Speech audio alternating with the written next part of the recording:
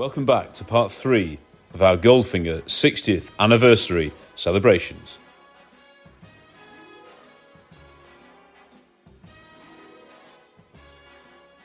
Odd job. Yeah, greatness. The most outrageous piece of casting possibly in film history. Like, I don't know that you think. See, I'm going to just throw it out there. You're part of a no. Maybe that was probably too hyperbolic. I was going to say you'd have No, to expand on that. I've already got a whole bunch of options that are all right. much worse. But yeah, go on. But I'm talking. So where I'm going with this is you're starting a franchise, and previously before you've had a psychotic villain in Red Grant, and you choose an actor, right? And then at this point, you decide, I'm not going to pick an actor. I'm going to pick an Olympic heavyweight lifter. And I'm just going to say to him, you don't need to speak. So you don't need to be an actor. You just come on set and be a brute at this time. And yet, even though he does that and he never says a word, his acting is perfectly on cue for what he needs to do. Absolutely, yeah. I think it's unbelievable. And sorry, it's not the most outrageous bit, but it's what I'm saying is it's such a risk that he takes. And it works unbelievably. And you think of people like Dave Bautista now. Yeah. You know, very much. Too much. Yeah, but it's very much inspired by that thing of we'll get a sports star in. Kurt Angle went through a phase. Vinnie Jones, they all do it. None of them have done it to the level that Harold Sakata did in this. Now, when you've got physicality on your side, and you look the way that Harold did, and you work that wardrobe, you know. Yeah, the wardrobe's a big thing. You don't have, you know, he says more by crushing a golf ball. Yes. Than a great many henchmen or heavies have actually said in physical dialogue. I think he does a great deal more, and that's why Gobinder does exactly the same thing in Octopus. You know, with the things they're just doing stuff that physical stuff that you don't have to. I don't know whether this is how it was directed or whether he went with this, but his facial expressions are key to his performance as well, because he's sort of always got a slight smile on his face. It's quite friendly, a pleasant face rather than being, you know, angry you know, it's even a really interesting choice. Fort Knox, he's got that grin. Twisting his hand, still smiling. He knows he's going to win. Yeah. Well, so iconic. I mean, you say it's a bold casting. I think you're right. I think it's, well, comparable, although lesser known. There's that Steven Soderbergh film, Haywire, starring Gina Carano. And she hadn't appeared in a movie before, and she was a... MMA or UC, whatever. UFC. Something like that, I was just sort of UCLA. Sorry, Chris, go on. No, that's fine. But the point is that, you know, he hired her for her skill, and the acting came through the direction. It's that sort of comparison. Maybe as well, The Rock. You play a fighter or a heavy or what? I'm not familiar with it. With the film Haywire. Yeah, he's an assassin. Okay. And sort of it's a part, it's a character. But yeah, and she just embodies it and takes it on, and it's phenomenal. I'd highly recommend it to anyone who's got a free Saturday night. I shall look for it. I shall go to Blockbusters immediately. Good man. Chris Goldie, I'm sure again. Yeah. Hi folks, Kieran here. Just offering my two penneth as to why I believe that Goldfinger is the definitive James Bond entry. Let's make a start. So, of course, these are my own sentiments and thoughts. Other people may wholeheartedly disagree, but for me, I feel that Goldfinger set the standard and laid forth the blueprints for every Bond film to follow. Let's start off with the music. We have John Barry returning from the composing duties with From Russia with Love. Not only does he have full creative input with regard to the orchestral and instrumental side of the music, but also the main title song. He composed this all night, whilst famously keeping Sir Michael Caine awake throughout. He was the first person to hear Goldfinger. When you combine the score and the song, with Shirley Bassey, her bombastic nature and her powerhouse opera performance, you get movie and musical magic. It was the first time that we'd actually heard a main title sequence, which was actually a song. The actual pre-title sequence that precedes the main title, of course, was unique. It stands on its own with no direct relation to the main story. And again, this was a first. We have the car, gadget-laden and prescribed by Q. The Aston Martin DB5 truly is a beauty to behold. And it was the first time that Bond had had a gadget-laden vehicle and used it at his disposal to accomplish his mission, or at least throughout some part of his mission. Unfortunately, the DB5 did not make it out in one piece, but it did live to die another day, see what I did there, in the next instalment, Thunderball. Not only was there a vehicle for the first time, we also have the megalomaniac, not hell-bent on world domination, but with a simple strategy to further his own ends, with his trusty henchman, the first of his kind in a manner of speaking, at his disposal, and willing to carry out every arduous and evil task at his master's behest. Oddjob became a firm favourite in the franchise, and still stands to this day as one of the best 007 henchmen. There are so many elements to this film that are enduring, and its longevity and popularity is testament to its production and the filmmakers behind it. Sean Connery looks absolutely fabulous, and Albert R. Broccoli once said that it took 3 pictures for him to become accepted as the Suave secret agent. Well, I feel that this film certainly did just that. And, let's be honest, he is the definitive Bond. This is the definitive film. It has all the classic elements of any adventure that you would wish to see on the silver screen.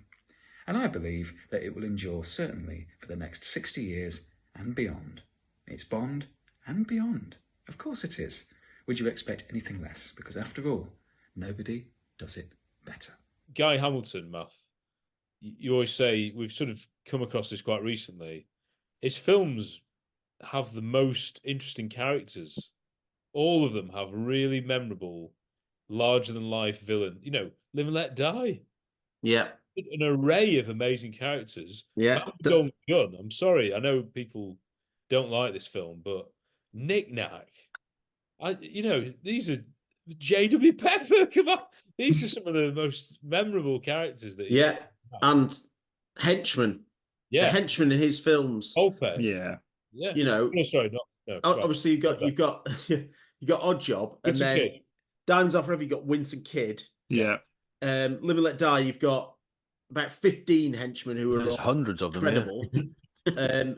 And then you've got Knick Knack. I mean, they're so iconic. Yeah. But he knows how to, maybe more than John Glenn, who I absolutely love. Guy Hamilton is able to create more sort of iconic things that will stick in the public, sphere for years and years. Whereas, as we also say, his films aren't as focused on action. I wouldn't say not action. I don't think they're action films. In fact, any of his, they're like sort of capers or I don't know, thriller. Yeah. Light-hearted. Light-hearted. Yes, that's it. That's the light touched. I don't know. Easy. Yeah. Do you agree, Chris or John or Steve? Do you agree? Because others a sort of adventure. Yeah, but there's less absolute action in them, isn't there? Yeah, Guy Hamilton. I think action obviously progressed over time, and films, because the feeling they needed to outdo the last one and everything else that was coming in competition. He built. John Glenn, I think, really, you could argue, really, John Glenn was the first that really started to bring the action to the forefront because he was so good. As a director of it previously, and then breaking that into his stories and his films. Whereas previously they were adventure films with set pieces in them. Yeah. With John Glenn, the action sort of flows through the film. That's fair. Yeah, and obviously Lewis Gilbert create these huge sort of huge set pieces and stuff like that. But yeah, you're right. They weren't. It wasn't all the way through his films. No, but I think it's that thing about pace, though. Yeah. Even though they're not out and out action or completely thriller. It's the fact that, as you say, they're a caper or they're a romp or they're a but they've still got momentum to them. And yeah, they do. Yeah, that definitely. Quality that, as we said earlier, people have criticized Goldfinger, and now people are returning to it. The fact that people have said, "Oh, it gets so slow when it gets to the golf scene," or once he's captured, it really slows down. It's like, well, actually, does it? Because you're still interested in what's going on. It's still got a to it. Still, and you can't have it going at that speed the whole time. You need. I mean, how many action films are made now with their advancements in CGI that are almost endless action, and yet they don't have any pacing at all. They're just noise. And because you've lost the plot, you've lost the characters, that's not driving the film anymore. Have both. When all the films were over, Guy Hamilton and I used to meet at various functions. Right, yes. And I think, without not being boastful or anything, I think the Oscar had something to do with it. I think he felt very proud that was his film and not somebody else's. And we became sort of quite close, and we always used to single each other out and sit together and stuff. Aww. And at one point, a guy called Anders Freyer, who seems... Oh, yes, we do, He got to know Guy. Guy moved, I think, to an island. I'm not sure if it was Isle of Man or or it may have been Mallorca. Mallorca, I think it was. And we had it all worked out that he and I were going to go there and join him either for his birthday or some function. And to my disappointment, the poor man passed away. Oh, right. I was really looking forward to that. Yeah. Oh, that's sad, isn't it? Yeah. The final face-off, the final fight between Bond and Oddjob, it's a brilliant fight. But there's Blofeld and his cat have just appeared. Not in this film. Yeah. All the build-up that those two have been having, that I'm going to kill you at some point, I want to kill you, and then it's a great fight, isn't it, Matt? I know there's not loads of machine gunning around, and there is a little bit in Fort Knox, but there's some good fights here. I mean, the first fight with Alf Joint. Yeah, absolutely. And I would say as well, in Guy Hamilton's films, there are some brilliant one-on-one fights. Peter Franks. Knick-knack. Less so with Big Bully. I was going to say less so with Roger Moore. But there is the fight in the dressing room of the belly dancer, which is really. But the fight at the start is brilliant, absolutely brilliant. And then the Oddjob one, which is one we've discussed. I really, really like it because they had to make it different. Yes, in my opinion, to the Red Grant fight. Yeah, the that one is really confined space. Huge space. Big space, and it looks and feels so different. It's less frenetic. It's I don't know, and it's not like two equals going at it as Grant and Bond are. It's Bond's out of his depth really against this guy in terms of strength. But yeah, and it's Bond. The way that he kills him is through his own ability. But and what I want to say again, I know we've said there's no score. There's the boom, boom, boom, boom, boom, boom. There's the sound of the metal and the sound of the punches and all that. But then when Bond gets his hat, the score just creeps back in with Oddjob's theme, but then stops again after he's missed. Yeah, I don't know. It's so clever. I love it so much. I really do. It's a simple, elegant blend of narrative and sound and score. Yeah. And it's just, this is all you need to do to keep you entertained and to keep you thrilled. Yeah. There doesn't need to be bang, bang, bang, bang, edit, cut, explosion, whatever. It's just, this is it. Absolutely. You know the peril, you know the stakes and the pressure, and just let it happen. And that kind of elegant filmmaking almost is rare nowadays. Myself on the line there, but it's also just maybe going back to that casting of Harold Sakata as Oddjob, when he's been electrocuted and he's pinned up against the thing, and then to fall flat, and he absolutely falls flat. There's no turning to one side or anything. That takes balls. I mean, it really does. Del Boy drop. You have to be in a state of mind, and the story goes that Hamilton, he thought he killed him. He was lying there on the floor. He's going cut, cut, cut, and once he'd done it, and he looks up and he says, "Okay. All right, okay, yeah, good." And he gets up and says, "We'll go again if you want." Says, no, it's good, brilliant, because he just went flat. It's that Del Boy falling through the bar, because automatically you want to turn and see where you're landing, and he doesn't. He goes straight forward and lands bang, and it's really impressive, very, very impressive for a guy of such stature. Very, very good indeed. Instinct is always, protect your face, isn't it? Exactly, yeah. And he doesn't. He goes straight down to the floor. Very, very good. Sells it though, doesn't it? Oh, absolutely, yeah. So every shot in that final fight, the long shots, the shots on the floor, overhead, close-ups, the one at the end where he's in the foreground and falling down. Mm-hmm. I wouldn't say it's underrated, but the Donald Grant, the Red Grant fight is rightly regarded as the best. But to follow it up, as Matt says, in a different way. Yeah. This is a build-up again of two characters who are going to come up face-to-face in a one-on-one fight. We need more of this. Like we always say Trevelyan, don't we, in GoldenEye? Because they're old mates gone wrong, they've got to have a face-off or the audience will not accept it. We want to see them down to it, like just fisticuffs, and that did brilliantly as well. And the other thing is as well, everyone else has fled. Everyone else has got out of there. You're left with two people who just them. They're not running. They're they're not fleeing. They're not cowards, if you know what I mean. They are prepared to stay behind and have this showdown. And so that in itself makes you think these are different to all the other guards and all the other agents. These are going to be there till the very last tick of the bomb. And then, like Matt mentioned, this spacious setting, Ken Adam, which is just remarkable. And it is something that, once again, just, takes it a notch up from the previous two films, really. I know Dr. No's got a bit of a base and a bit of a layer, but to have two characters fighting in this massive open space where you don't just see what it looks like, but you can hear the fabric of the building, you can hear everything. The sound and Ken Adam go together so well in this scene. So good.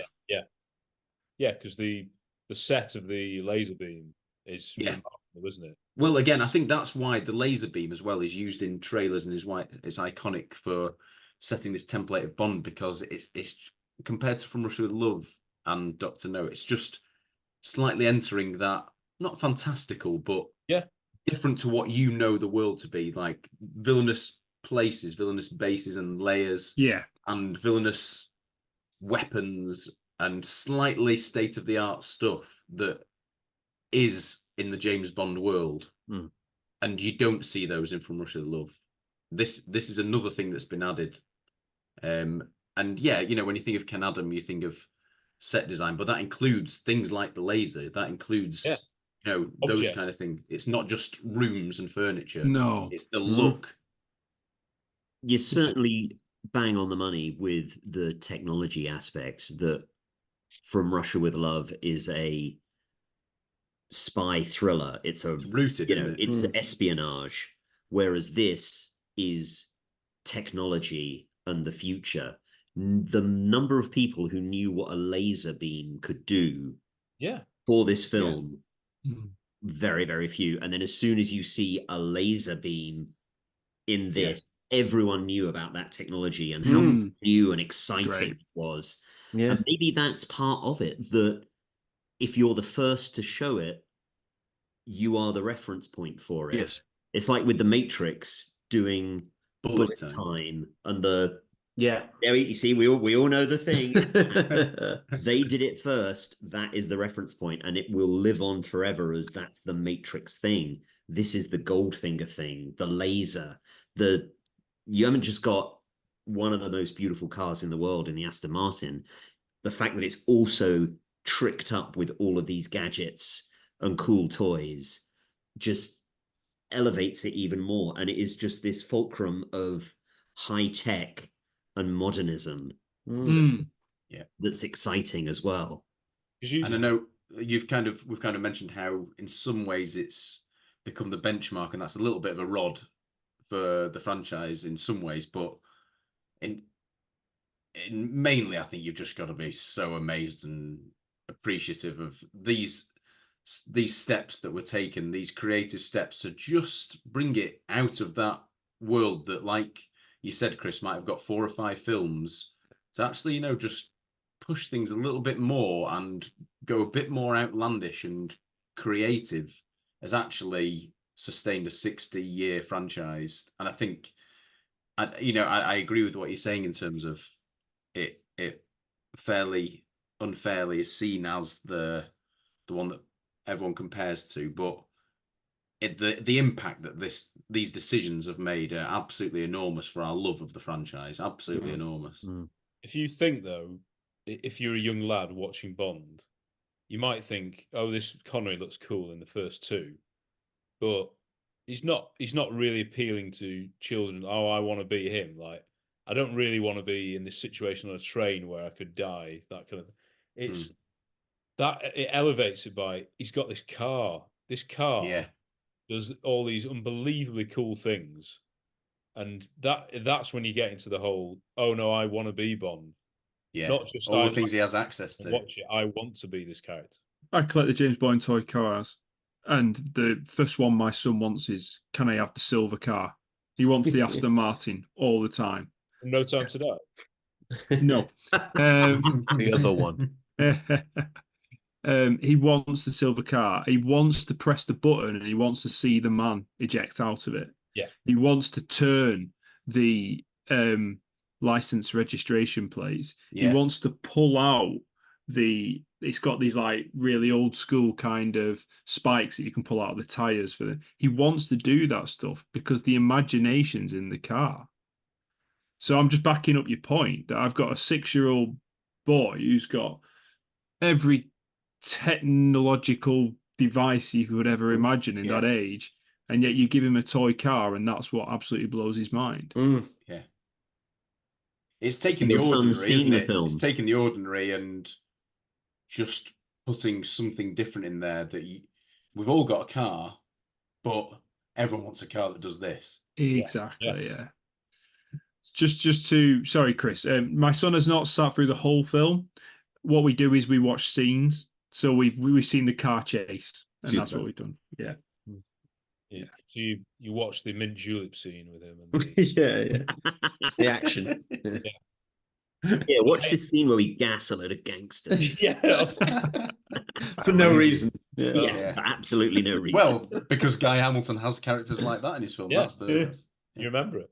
Yeah. I think that's interesting, by the way, that you watch short scenes, because I'm like the reverse. I do everything I can to stop my kids seeing bits of these films, because I watch everything or nothing at all. Yeah. On the lights off, the sound system on, in front of the big TV. Oh, Steve. Everyone around at Steve's house. And with Star Wars, there's all sorts of franchises. I constantly am fighting and jumping in front of their phones as they see clips. Keep them pure for when they get the first showing. So maybe I just need to give up and just start. No, not at all. I think you're absolutely spot on in your way, Steve. I think if I could do that, I would.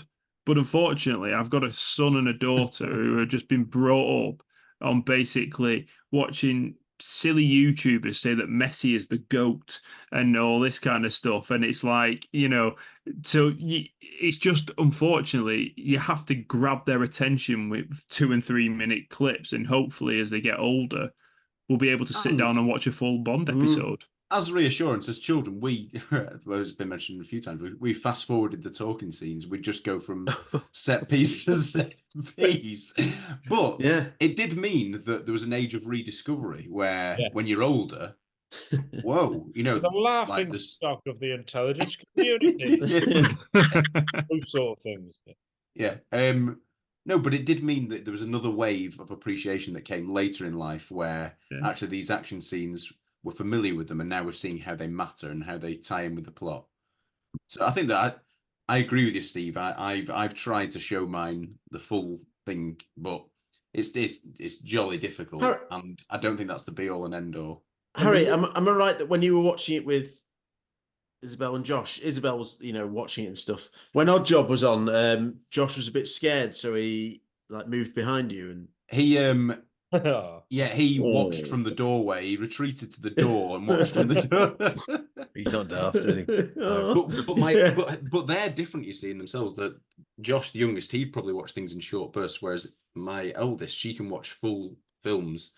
I think the first Bond she watched, I dropped her off with my mum and dad, and I showed her the opening scene of A View to a Kill to get her excited about snow and stuff. And then I think I had to go out, and I left them with mum and dad. And when I came back, oh yeah, we watched the whole thing. Yeah. Oh, amazing. Yeah. How old then? 5 again. Oh yeah, because Lily's 5, and she watched The Spy Who Loved Me with me a couple of weeks ago. Oh, the Roger effect. Yeah. In it. Yeah. Mount Rogemore. Yeah. Zorin in the mine, Well, yeah, exactly. She seemed like, and Mayday in bed, and but she's. And I wasn't there. Yeah. I wanted to be there for that. The questions. Yeah. Eddie, why was Bond restless and got off eventually? It's a long story. Why did James Bond pull that face when the black lady got on top of it? Yeah. And I know we're talking about Goldfinger, so I will just keep this very brief. But just a parenting thing, and then all of you who are parents probably think the same thing. I think we all overthink, or we can't show them, this because it's got these windows. We see Bond in bed with a woman or several women, but actually, of course, when we were children, we didn't think of it all over the head. No, you're right. There he is next to a woman. You're not thinking because you don't know about what goes on in. Yeah, they've just been sleeping. It's just another scene. I think my concern is more that if I sit my boy down in front of it, I want him to like it. I don't want I've got to. Daddy's making me watch this. I've got to sit through it or whatever. Or as you say, which is the first one? Is it going to be? Goldfinger is definitely up there as a potential first Bond film because it's short, shrift, full of excitement. But yes, the moments with the golf, the moments when he's locked up in the prison cell, I can see him running off and being like, "Oh, winking at the guard."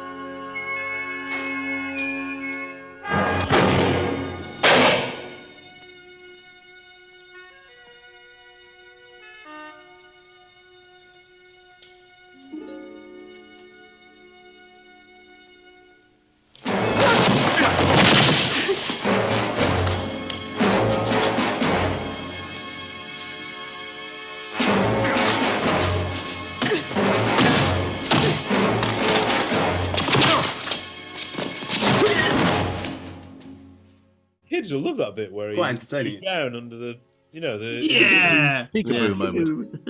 Mr. Bean routine. It is a generational thing, and I was a big fan of Laurel and Hardy and Morecambe and Wise. So having two men in bed together wasn't an issue when I was growing up. I mean, it was a perfectly standard thing. And similarly, fine today as well.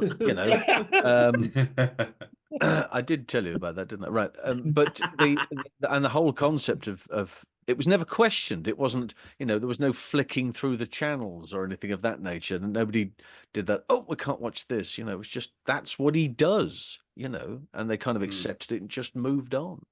So it is a generational thing. But I suppose nowadays, what with these messages on the little notes they have before, this film contains this. Yeah. They contain mild scenes of smoking. I'm sorry, what's that? But it may contain all of these bizarre extreme scenes of smoking. Extreme smoking, like Reservoir Dogs. I think I saw that there's extreme scenes of smoking. Really? Blimey. That so brings what, us on, though. this film would contain extreme scenes of golf and gratuitous golf. Yes, there is huge quantities of tweed. Yeah, one scene that sort of gets thrown up obviously a lot now is the hay bale scene, isn't it? With Pussy Galore. You're quite a girl, Pussy. I'm strictly the outdoor type. I'd like to think you're not in all of this caper. Skip it. I'm not interested. Let's go. What would it take for you to see things my way? A lot more than you've got. How do you know? I don't want to know. Isn't it customary to grant a condemned man his last request? You've asked for this. The Japanese somersault, which she performs on him, and then he does the same thing with a stunt woman who's never talked about called Phyllis Cornell, who does the doubling for Honor Blackman. That whole fight scene was sparked a book of judo.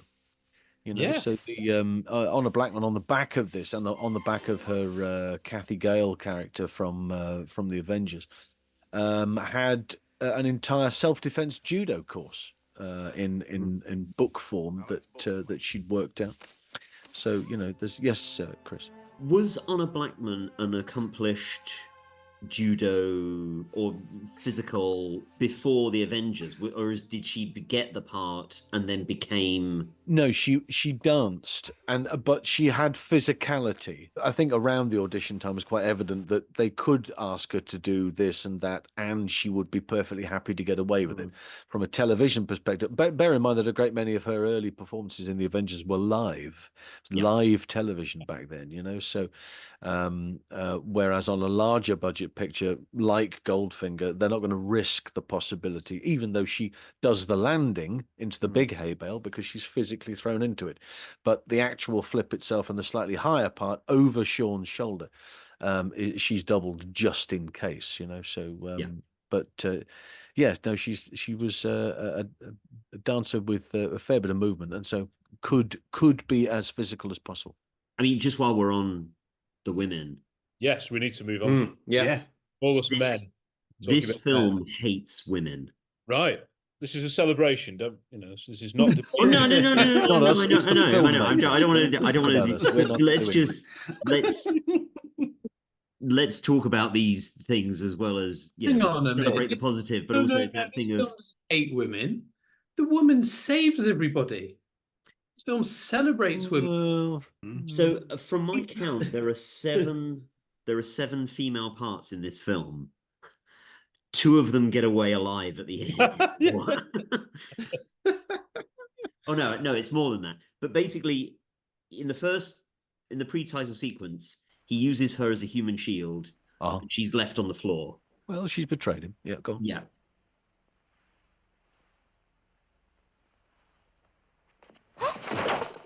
Then we just use the housemaid to break into the hotel room. Tick. Miss? And would you... That's Mr. Goldfinger's suite. Yes, I know. You're very sweet. Man with the golden gun, it was a guy. Yeah. Joe Masterson, dead because she helped Bond. Tilly Masterson ends up dead. Yeah. Just because she is a crap shot. Pussy Galore, essentially raped and subdued into turning to the side of good, but I know we want to argue that she tempts him in, but ultimately, yes. I mean, how is it Mei-Lei on the jet? Does she get away alive at the end, or is she gets shaving foam in an aisle? Brilliant. Yeah. I mean, Moneypenny is the only one that's really. And don't forget the gangster granny. Of course, yes. Yeah, she's probably the winner of the lot. Yeah. Well, what do we think of portrayal of grandmas in this film. Yeah. Gangster granny. Maybe I've gone too hard. Maybe because no, those are all reasons. There's the two issues with the hay bale thing. I know this is Celebration, but the first issue was even evident as kids is like he is forcing her. But the other issue I wasn't aware of was the whole the character is obviously a lesbian. Well, in the book, Yes. so that's the other element that's a bit in the film. That's not made quite so clear, though, is it? No, it's not. Yeah.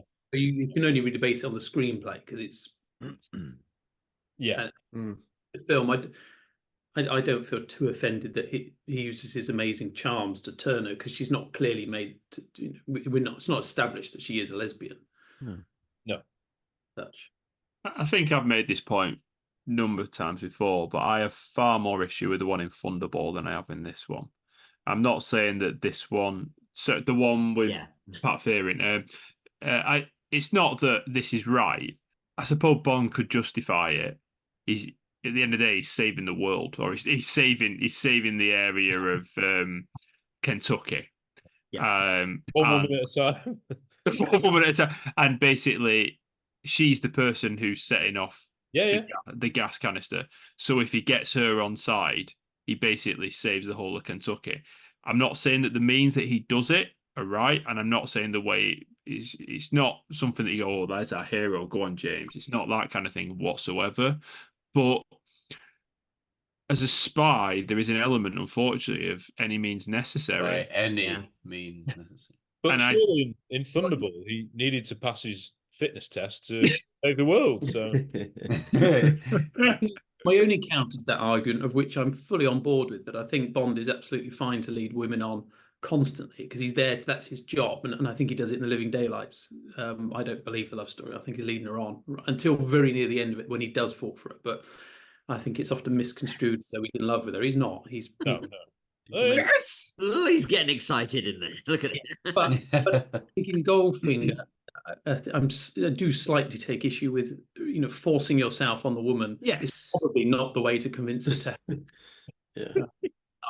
That's my gathering from society, anyway.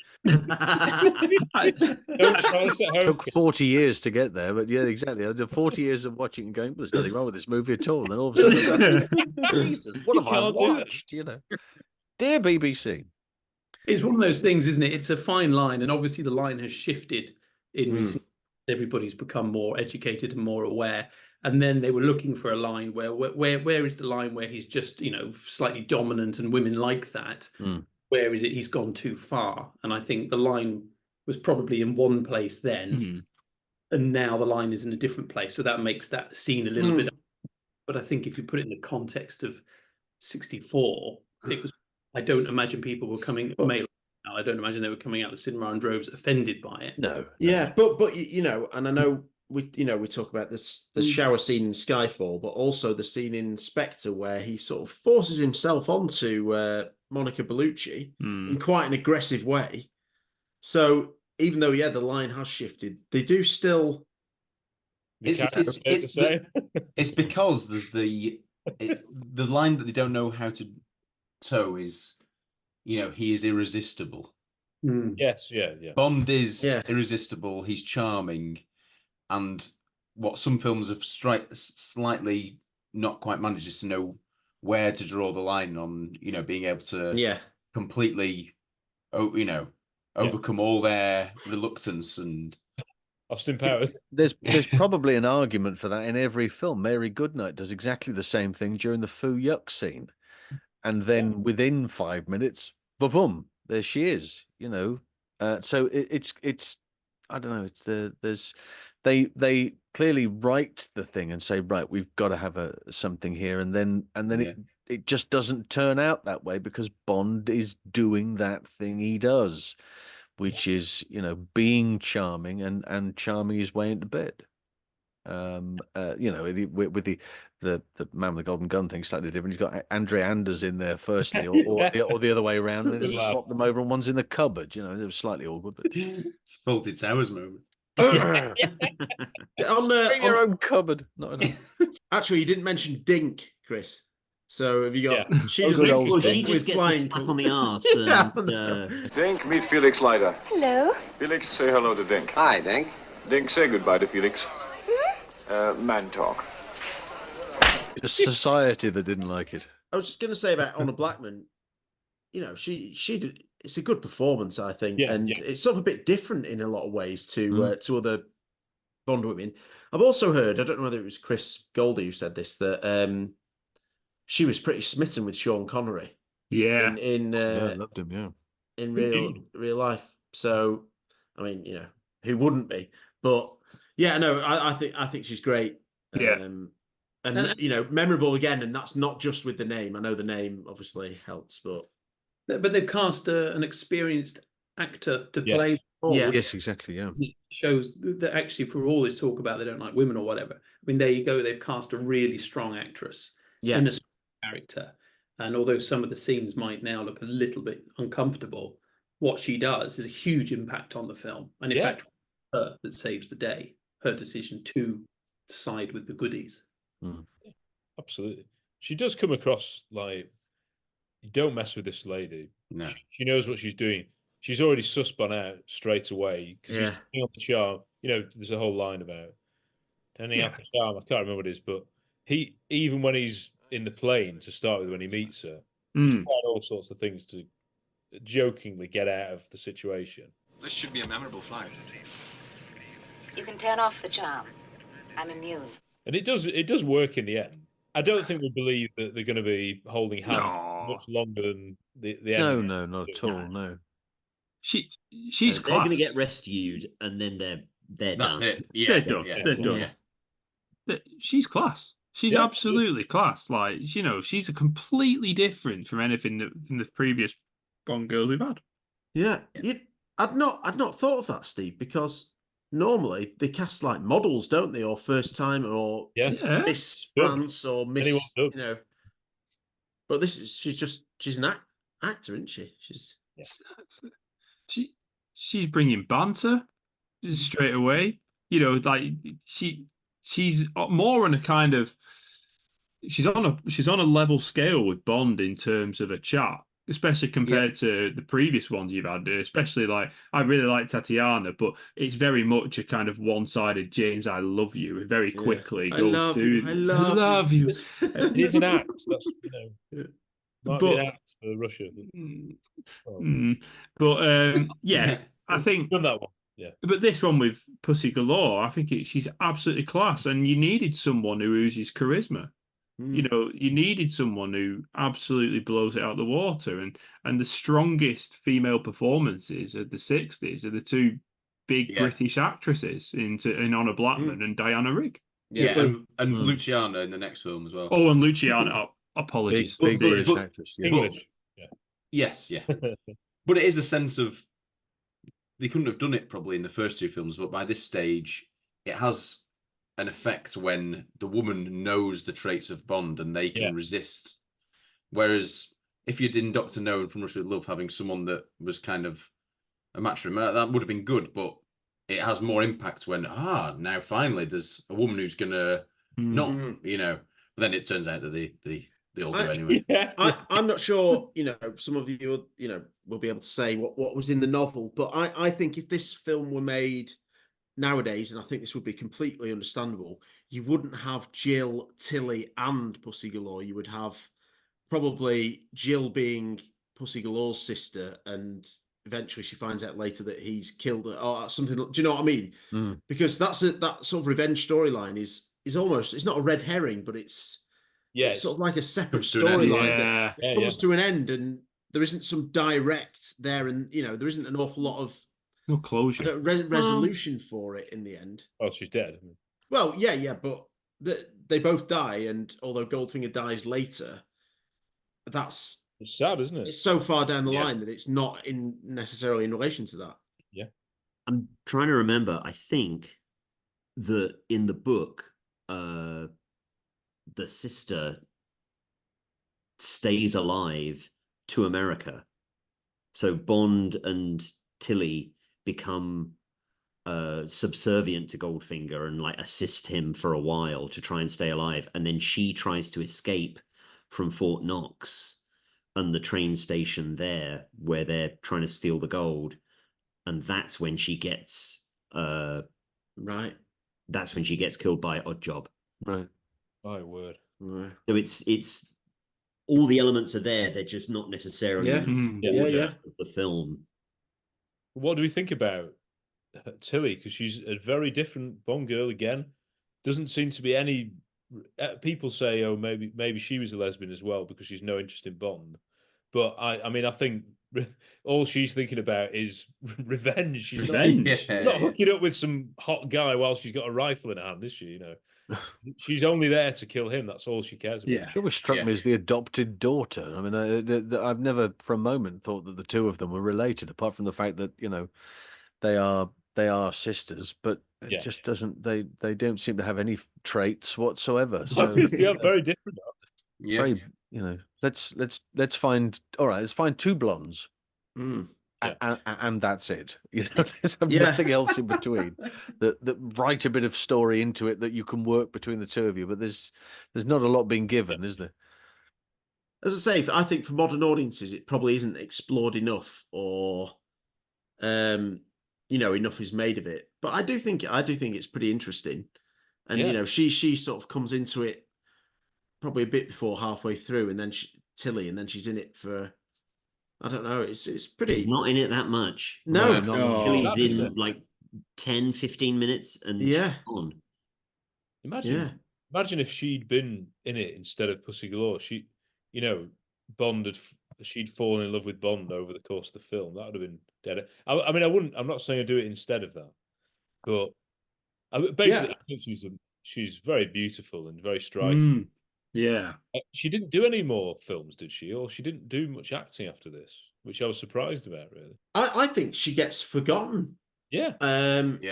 Nearly every other female character gets remembered more than she does, including like Dink, as I keep. I keep bringing her up. I don't know why. I don't know.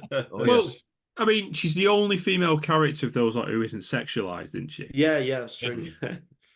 Yeah. That's why she's nail on the head. Yeah. You're absolutely right. Yeah, I think that's what it is.